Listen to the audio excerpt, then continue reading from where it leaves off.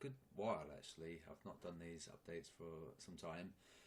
The reason for it is we've got FOMC today, much later. It's over 12 hours from now, so it's quite early in the morning.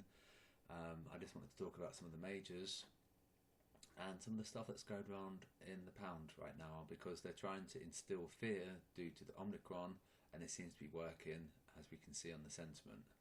Alright, and obviously if they sell anything, it'll push price up, and that's what we're seeing on the pound. However, before we get there, we've got a little side panel here just to tell us the futures. So you can see this, in real time as I talk about the stop loss clusters. If they're green, here, with the exception of the VIX, then it's going to push price higher on the Euro USD and the Pound USD and the Aussie USD and all the risky pairs versus the USD and the yen. The reason for it is that the dollar will depreciate as a safe haven, because there's no desire for safe haven appetite if there's risk. If the risk is rallying, there's no point buying dollars. If this starts falling, then there's going to be a demand for dollars. But at the moment, we're looking green on the DAX. VIX is admittedly high. US futures are high. A little bit of weakness in Europe. Spain has been doing quite well, but we found that they were quite resilient to the COVID. There wasn't that much news from Spain. However, in Italy it was quite bad. So if it's going to be a genuine thing, then we'll see it reflect in the stock market. So at the moment, US futures green, Europe red. So it's a little bit of a mixed one for the Euro USD. So there's your SLCs, 112.50 and 113.60. The signal saying to sell. The dynamic is saying to sell. However, if we go green here, then this will do well. Now I want to talk about the Pound USD. So even though, so even though here it says sell, you want to really pay more attention to. Okay, it's not going to let me. Alright, so we want to pay attention to the dynamics. So they sold it around about there, and so by selling it, it's going to push price up. If you've got 100,000 lots, it's a lot of amount. It's a large amount. But if you've got 100,000 lots shorting it, there has to be someone else on the other side of the trade to satisfy that trade. So if there's 100,000 lots short, someone else has to do 100,000 lots long. Alright, so it's probably actually 10,000 lots. We can have a look at the lots actually. Open interests, comment, allow. We can see I'm probably way off. 4,600 lots. So interest is increased. As the sentiment has declined, so it could push price higher. It looks like we're going to break this trend line as well. Do remember we're below monthly pivot, right? So this potentially we're going to have a break of this trend line here. So yeah, just to reiterate, if we go green, it's going to push price up. All right. So the euro pound, and the reason for them selling it is probably due to Omicron. I think you'll just see it's sold it quite heavily. Euro pound. Now we've got a bearish scenario here, another one here, another one here, and on a daily basis. So this is going to have a lot of technical. It's going to struggle technically to get any traction because of these moving averages. Right, that's in descent. This one's in descent.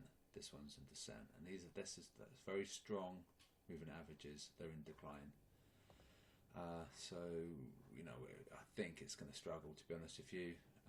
Even the slow one, the 55 MA, is pointing down as well. So because of this pointing down, it's going to push the Pound USD up.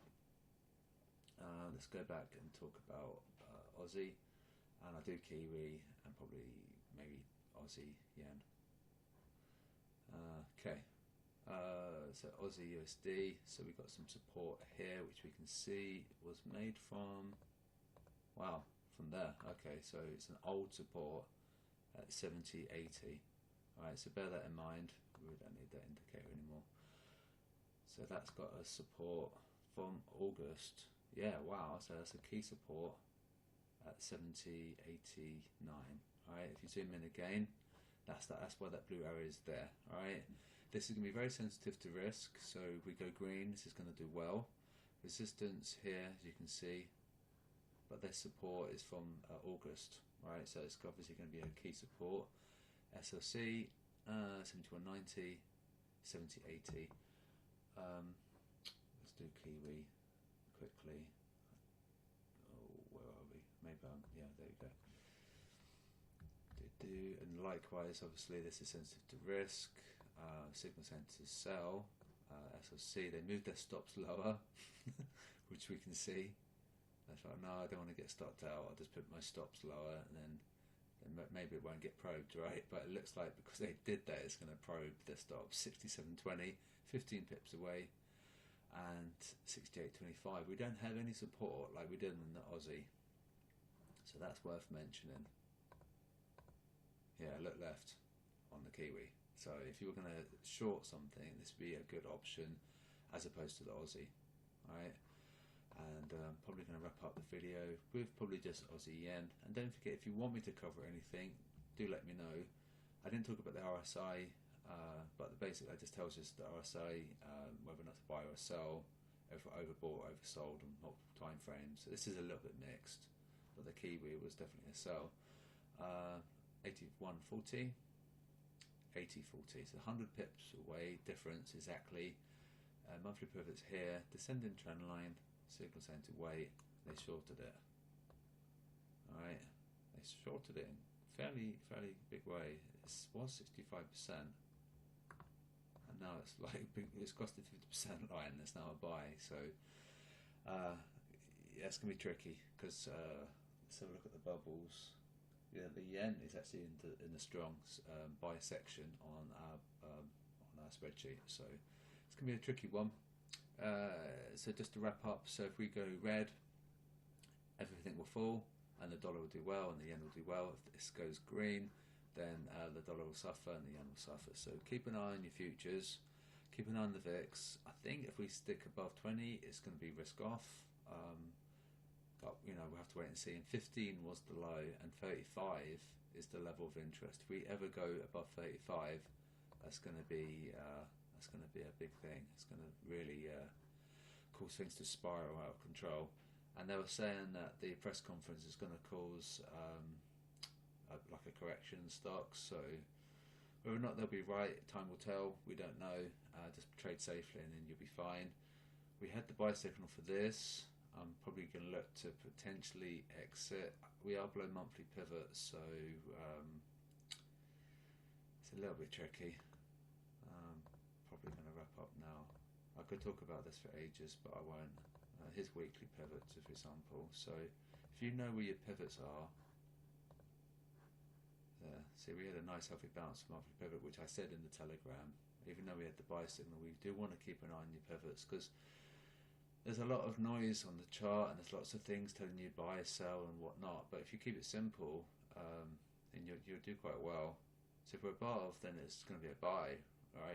That doesn't lie. That's cemented in time. If we're below, it's going to be a sell. So keep an eye on 80.65. I think it triggered at 80.66, 80.68 or something. So just trade carefully, and you should be fine. So. We'll see what happens to the press conference later, and yeah, so just trade safe, and I'll speak to you soon.